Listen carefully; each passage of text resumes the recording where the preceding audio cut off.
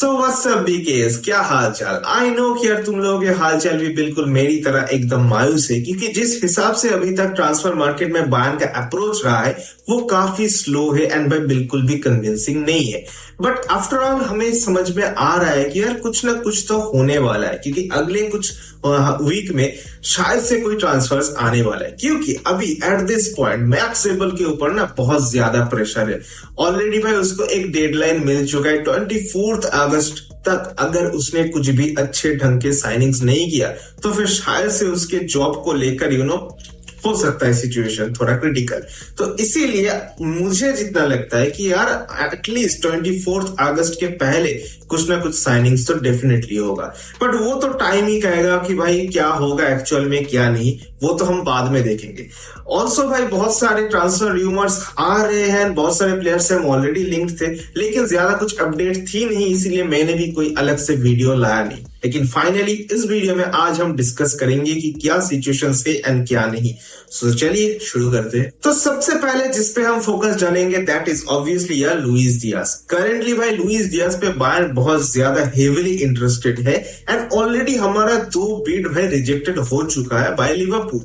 अब लिवरपूल बहुत ज्यादा मांग रहा है। आई मीन ऑब्वियसली यार तुम सबको पता है, पहले हमने कुछ 65 मिलियन के अराउंड ऐसा दिया था, उसके बाद 70 मिलियन के अराउंड दिया था, जो कि भाई रिजेक्टेड हो चुका है। शायद से हम थर्ड बिड के लिए भी जा रहे हैं, वो अराउंड 75 मिलियन के आसपास हो सकता है। सो वी डोंट नो कि हम कितना एक्चुअल में ऑफर करेंगे एंड वो लोग कितने में मारेंगे, तो वो तो चलता ही रहेगा।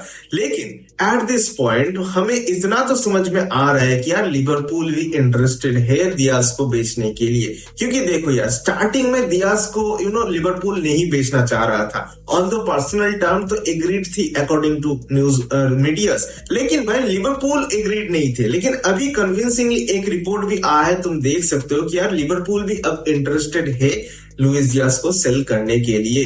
तो ये एक सिचुएशन आ रहा है। ऑल्सो एक और अपडेट आया है कि अगर हम किसी तरीके से लुइस डियाज की इस डील को फेल हो जाए तो फिर भाई हम जाने वाले हैं मालिक फोफाना के लिए and that is our option B.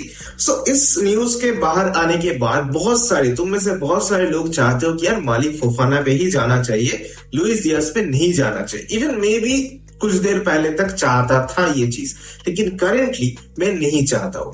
मैं क्यों नहीं चाहता हूं वो मेरा पॉइंट ऑफ व्यू मैं तुम लोगों को समझाऊंगा। देखो भाई सिंपल है, जब से मालिक फोफाना का लिंक्स आया मैंने तब से भाई उसके मैच परफॉर्मेंस एंड भाई मैचेस क्लिप्स मैंने उठा के देख लिया एंड थोड़ा बहुत एनालिसिस किए एंड इवन मैंने लुइस डियाज एंड मालिक फोफाना दोनों को कंपेयर भी किया है एंड तुम देख सकते हो इस चार्ट में बिल्कुल भाई एकदम कंपैरिजन किया हुआ है, जहां पे भाई क्लियरली विजिबल है कि भाई Luis Diaz is far ahead of मालिक फोफाना। और भाई ये तो कोई सवाल ही नहीं बनता, मतलब ये तो ऑब्वियस सी बात है कि भाई लुइस डियाज एक एस्टेब्लिश्ड प्लेयर है, दूसरी तरफ मालिक फोफाना एक यंग प्रोडक्ट है जो कि भाई अगले कुछ सालों में अच्छा हो सकता है। सो ऑब्वियस सी बात है कि यार दोनों के कंपैरिजन करने की कोई बात मतलब कोई सेंस नहीं है। लेकिन हमें थोड़ा बहुत समझना पड़ेगा कि अभी करंटली हमारा रिक्वायरमेंट क्या है। अभी हमें करंटली एक ऐसा लेफ्ट विंगर चाहिए जो आते ही टीम के साथ सेट हो जाए एंड भाई वो गोल्स एंड असिस्ट प्रोवाइड करना स्टार्ट कर दे, आते ही वो इंपैक्ट डालना स्टार्ट कर दे। एक स्टार्टिंग विंगर ऐसा हमें चाहिए एंड इसीलिए हम लुइस डियाज पे इतना ज्यादा इंटरेस्टेड है। अगर तुम मालिक फोफाना को लाना चाहोगे लुइस डियाज के जगह पर, तो फिर भाई मालिक फोफाना करेंटली आकर एकदम अचानक से इम्पैक्ट नहीं डाल पाएगा, ना तो वो टीम के साथ इतना आसानी से सेट हो पाएगा। He has a great potential and obviously अगले कुछ सालों में शायद से और भी बहुत ही बढ़िया प्लेयर बन के रेडी हो जाएगा। लेकिन अभी हमें चाहिए इमीडिएट सॉल्यूशंस, तो इसीलिए हम लुइस डियाज पे इतना ज्यादा इंटरेस्टेड है। आई नो कि लॉन्ग टर्म सक्सेस में मालिक Fofana will be a great option और अगर आप प्राइस भी देखोगे तो भी जस्टिफाइड है, लेकिन दूसरी तरफ इमीडिएट ऑप्शन के लिए आपको भाई लुइस डियाज भी जस्टिफाइड है। लेकिन जो चीज जस्टिफाइड नहीं है वो है भाई उसके ट्रांसफर वैल्यू। ऑब्वियसली यार 29 का होने वाला है, तो ऐसे एक प्लेयर के लिए 75 मिलियन का एक थर्ड बिड आने वाला है, जो कि काफी हाई है अकॉर्डिंग टू मी। लेकिन आपको थोड़ा बहुत मार्केट भी समझना पड़ेगा। जिस हिसाब से लिवरपूल चल रहा है, एंड सिर्फ लिवरपूल ही नहीं भाई, सारे क्लब्स की ही बात कर लो, जिस हिसाब से अभी मार्केट इतना ज्यादा इन्फ्लेट हो चुका है भाई, हम कुछ भी नहीं कर सकते। आई मीन अगर तुम देखोगे यार, हुगो एकितिकी को 95 मिलियन में लिवरपूल ने साइन किया है इन रिसेंट डेज, तो समझ सकते हो यार कितना ज्यादा इन्फ्लेट हो चुका है मार्केट। साथ ही साथ ये रिसेंटली एक र्यूमर आया था कि निकोलस जैक्सन को भाई 80 to 100 मिलियन का वैल्यूएशन दे रहा है चेल्सी। ऑल्दो भाई इसको मैंने सीरियसली नहीं लिया, बट मैं बस एक तुम लोगों को आइडिया देने की कोशिश कर रहा हूँ कि किस हिसाब से अभी क्लब्स मतलब फोकस कर रहे हैं, एंड किस हिसाब से हर एक ट्रांसफर को इतना ज्यादा वैल्यूएशन दिया जा रहा है। अब चाहे भाई एक और एग्जांपल उठा के देख लो भाई, निक ओल्डरमेट की बात अब देख लो। ओल्डरमेट का एक ही ब्रेक थ्रू सीजन गया है, एंड उसके बाद भाई स्टुटगार्ट 60 मिलियन प्लस जो कुछ भी मांग रहा है, जो कि वो भी काफी हाई है। तो तुम समझ सकते हो कि यार मार्केट बहुत ही इन्फ्लेट हो चुका है, and we can't do anything about this. तो अगर हमें at this moment Luis Diaz चाहिए, तो फिर भाई हमें ज्यादा पैसा पे करना पड़ेगा। But at what cost? हमें लुइस डियाज चाहिए, लेकिन एट व्हाट कॉस्ट? कितना मैक्सिमम हम जा सकते? आई डोंट थिंक यार बायर्न 80 मिलियन से ज्यादा कुछ ऑफर करेगा। ये मेरा एक पर्सनल ऑब्जर्वेशन है। अब देखो, अगर बायर्न समहाउ 80 मिलियन से ऊपर ऑफर करने जाता है, देन भाई ये जो पैकेज है भाई, होल पैकेज जो है वो बिगड़ जाएगा। एंड आई डोंट थिंक यार ये इतना ज्यादा हम ऑफर करने वाले। मेरे हिसाब से शायद से 75 मिलियन हो सकता है, एंड कुल मिलाकर 80 मिलियन हो सकता है जो हमारा थर्ड बिड होने वाला है। अगर ये लिवरपूल एक्सेप्ट कर लेते हैं तो फिर Luis Diaz here we go बहुत जल्दी होने वाले हैं। अगर ये नहीं करते तो फिर शायद से हम दूसरे किसी ऑप्शन पे जाएंगे। दूसरे किसी ऑप्शन मतलब क्या मालिक फोफाना होगा या फिर जावी सिमोंस होगा, आई डोंट नो, लेकिन बहुत सारे ऑप्शंस अभी भी अवेलेबल है। Currently we have to accept it यार, कि मतलब लुइस डियाज हमारे लिए अभी करंटली रिक्वायरमेंट है। ऐसा ही कुछ सिचुएशन है, बोर्ड का भी मानना है, एंड भाई हमें भी ये धीरे धीरे एक्सेप्ट करना पड़ेगा। देखो यार, लुइस डियाज प्लेयर खराब नहीं है, ये चीज मैं डे वन से बताता आ रहा हूँ।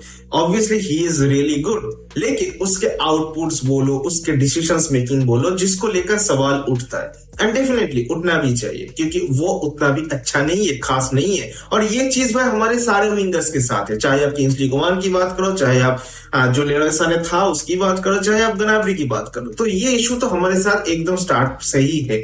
लेकिन द मेन थिंग इज कि भाई उसका जो इफेक्टिवनेस है, उसका जो डिफेंसिव एट्रीब्यूट्स है, उसका जो एग्रेशन है, ये सब कुछ हमें बहुत हेल्प करने वाला है, एंड भाई हमारे सिस्टम में डेफिनेटली फिट खाने वाला है। The main issue is money. Obviously यार बहुत ज्यादा ट्रांसफर फीस है, दैट्स इट भाई। बाकी और कुछ आई डोंट थिंक यार उसके रिगार्डिंग इशू होना चाहिए। बट एट द एंड हमें थोड़ा बहुत समझ में आ रहा है कि शायद से ये जो थर्ड ऑफर और थर्ड बिड जाने वाला है बायर्न की तरफ से, वो शायद से लिवरपूल मान ले एंड भाई एग्री कर दे, एंड भाई हियर वी गो हो जाए, इतना मुझे लगता है।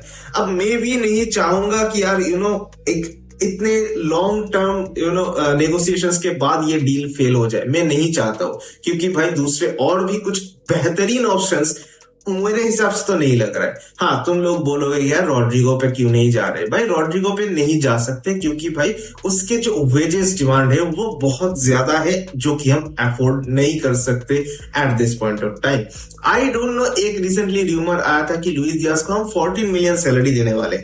आई डोंट थिंक ये सही है, मुझे पता नहीं, अल्टीमेटली भाई जो रिपोर्ट्स आएगा उसी पे बिलीव करना पड़ेगा। बट अभी भी मुझे लगता है कि यार 40 मिलियन अगर हमें देना ही है तो फिर हम भाई रॉड्रिगो अफोर्ड कर लेते, लेकिन भाई ये सिचुएशन नहीं है। आई डोंट थिंक यार 40 मिलियन सैलरी देने वाले।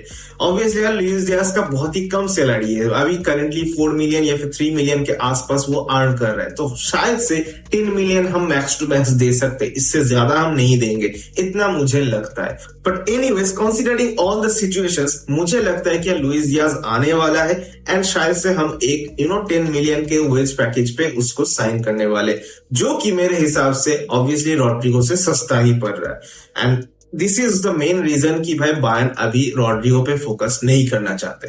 बट अगर समहाउ ये डियाज वाला डील भी फेल हो जाता है, देन भाई नोबडी नोस, कुछ भी हो सकता है भाई। तो वो तो बात की बात है भाई, वो तो हम बाद में ही सोचेंगे। लेकिन एक और जो अपडेट आया है कि भाई निक ओल्डरमेट पे हम इतना ज्यादा हेवीली इंटरेस्टेड थे, लेकिन स्टुटगार्ट को हमने बोल दिया कि हम और कोई इंटरेस्ट नहीं शो करेंगे और कोई ऑफर नहीं करेंगे, क्योंकि निक ओल्डरमेट का जो भी डिमांड है वह स्टुटगार्ट का निक ओल्डरमेट के लिए वो काफी ज्यादा है एंड हम उतना ज्यादा नहीं पे करने वाले।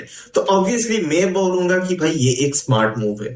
आई नो कि तुम में से बहुत सारे लोग चाहते हो कि यार निक ओल्डरमेट आए, क्योंकि हम बहुत ज्यादा हेवीली डिपेंडेंट है हैरी केन के ऊपर। लेकिन आपको थोड़ा बहुत समझना भी पड़ेगा कि यार इतना ज्यादा अगर हम ओवर पे करेंगे तो फिर भाई इसके बाद जो भी ट्रांसफर आएगा भाई इतना ज्यादा ही सब लोग मांगना स्टार्ट कर देगा।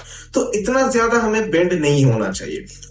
अगर ये चीज किसी प्रीमियर लीग क्लब से कोई प्लेयर लाना होता या फिर किसी दूसरे लीग से लाना होता तो मैं समझ पाता कि हाँ उधर का बहुत पीआर है, उधर का टैक्स है, उधर समझ में आता है। लेकिन आप एक बुंदेसलीगा टीम से ही हम जब प्लेयर लेते हैं, उसका एक सीजन ब्रेक थ्रू सीजन गया है, आई डोंट थिंक या निक ओल्डरमेट कहीं से भी 65 मिलियन वर्थ है, नहीं भाई बिल्कुल भी नहीं है। तो ये अंधा पैसा खर्चा नहीं करना चाहिए। ऑब्वियसली यार हमारे थोड़ा बहुत फाइनेंशियल इश्यूज चल रहे हैं, we have to show some profits in our financial year, in our financial sheets, तो इसीलिए शायद से हम इतना ज्यादा संभाल के चल रहे हैं। एंड अभी सवाल यही है कि अगर निक ओल्डरमेट नहीं आएगा तो फिर कौन आएगा? शायद जावी सिमोंस। लेकिन रिसेंट जो र्यूमर्स आ रहे हैं यार, जावी सिमोंस से बहुत सारे Premier League clubs already linked है, इंटरेस्टेड है।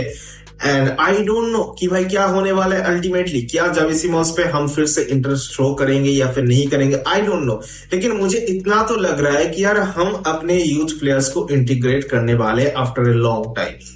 ऑब्वियसली यार बहुत सारे रिपोर्ट्स भी आए हैं एंड भाई मतलब कंफर्म भी हो चुका है ये चीज कि यार पॉल वार्नर को एक मौका दिया जाएगा, जो कि मूसियाला की वैकेंट स्पेस को वो लेने वाला है एंड शायद से वो कुछ अच्छा कर दे इन प्री सीजन गेम्स। साथ ही साथ लार्नट कार्ल का भी एक अपडेट आया है। कार्ल भी भाई हम यूज करने वाले हैं उसको as a backup of Michael Olise, जो कि बहुत सही न्यूज है। मतलब हम इतना ज्यादा हेवीली डिपेंडेंट है ना भाई ओलीसे के ऊपर, इवन हैरी केन के ऊपर, इन लोगों के बैकअप्स चाहिए।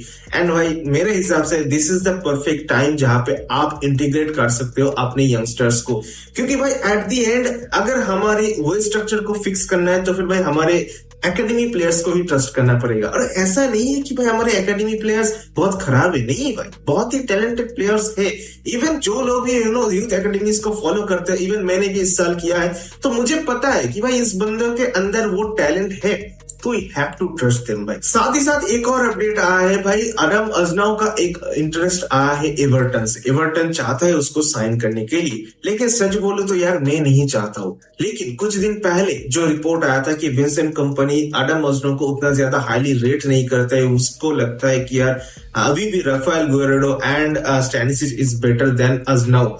तो भाई अजनाव के पास एक सिंपल मौका है कि ये प्री सीजन टूर में उसको प्रूव करना पड़ेगा इस चीज को। यार देखो मैंने जितना देखा है अडम अजनाव को, मुझे क्लियरली लगता है कि डेफिनेटली यार राफेल गुएरेडो से तो बेहतर ही खेलता है ये बंदा। लेकिन वी कांट रियली डिबेट भाई, क्योंकि कंपनी सामने से देख रहे हैं, उसके ट्रेनिंग सेशंस देख रहे हैं, शायद से उतना ज्यादा इंपैक्टफुल नहीं है। बट एट द एंड हमें थोड़ा बहुत ट्रस्ट करना पड़ेगा हमारे यंग टैलेंट्स पे। आई जस्ट होप कि यार ये जो एक महीने का हमारा प्री सीजन आने वाले अगस्त में, इसमें हम पूरी तरीके से हमारे यंगस्टर्स को मौका दे एंड समहाउ ये हमारे यंगस्टर्स शो करे अपना टैलेंट, अपना potential. So I just hope कि यार एक लेफ्ट विंगर का जो सोल्यूशन हमें चाहिए अभी करेंटली वो सॉर्ट हो जाए, वो चाहे लुइस डियाज हो चाहे कोई और हो, लेकिन जो भी आना चाहते हैं भाई आ जाए, बस यही मेरा उम्मीद है। आई नो कि यार तुम लोगों को शायद से लगेगा कि मैं पहले एकदम लुइस डियाज के खिलाफ था, अचानक कैसे उसके फेवर में आ गया। भाई देखो सिंपल बात है, अब कब तक ऐसे होल्ड करोगे? अब कब तक ऐसे एक के बाद एक प्लेयर से भागते फिरोगे? ऐसा तो नहीं चलता भाई। किसी एक को हमें चाहिए करेंटली जो कि भाई लेरॉय साने की जगह को ले सके। तो definitely we have to upgrade. भाई देखो एक चीज तो मैं इतना कह सकता हूँ कि अगर लेरॉय साने की जगह पे लुइस डियाज आ रहे देन डेफिनेटली भाई दिस इज एन अपग्रेड, इतना मैं कह सकता हूँ। साथ ही साथ एक और ट्रांसफर र्यूमर आ रहा है कि भाई जाओ फेलिना के लिए इंटरेस्टेड है टॉटेनहम हॉटस्पर। आई नो कि यार तुम लोगों में से बहुत सारे लोग, इवन मैं भी चाहता था कि यार खुद ये बंदा खुद रुके एंड प्रूव करे, लेकिन ऐसा सिनारियो तो नहीं होने वाला है। एंड करेंटली जो अच्छा होगा मुझे लगता है कि यार उसको बेचना ही सही होगा। तो मे बी कि हम उसको बेच दे एंड शायद से थोड़ा बहुत हमारा वेजेस वगैरह बोलो, थोड़ा बहुत वैकेंट स्पेस हो जाए हमारे मिडफील्ड में। तो ये एक सिचुएशन बन सकता है। बट एनीवेज तुम लोगों को क्या लगता है? अल्टीमेटली इतना ही जो कुछ भी अभी चल रहा है भाई, यही बस मालूम है, तुम लोगों को भी मालूम है, मुझे भी मालूम है। मैंने अपना पॉइंट ऑफ व्यू शेयर कर दिया। बाकी भाई मैंने तुम लोगों को ऑलरेडी बता चुका था कि भाई क्यों हम रॉड्रिगो पे नहीं जा सकते, लुइस डियाज पे क्यों हम जा रहे, क्या फाइनेंशियल पैकेजेस होने वाले दोनों ट्रांसफर्स की, क्यों रॉड्रिगो इतना ज्यादा एक्सपेंसिव है, मैंने ऑलरेडी तुम लोगों को बता दिया था। तो अगर तुमने वो वाला वीडियो नहीं देखा है तो फिर भाई तुम जाओ इधर से देख सकते हो एंड तुम्हारा थॉट्स क्लियर हो जाएगा कि क्यों नहीं जा सकते। And anyways at the end that's my vision and that's my point of view. तुम लोगों को क्या लगता है? Share your thoughts in the comment sections. बाकी भाई थोड़ा सब्सक्राइब कर लो यार, सब्सक्राइबर्स नहीं बढ़ रहे। तो फिर एनीवेज मिलते हैं किसी दूसरे वीडियो पे, तब तक के लिए टाटा बाय बाय एंड मिया सान मिया।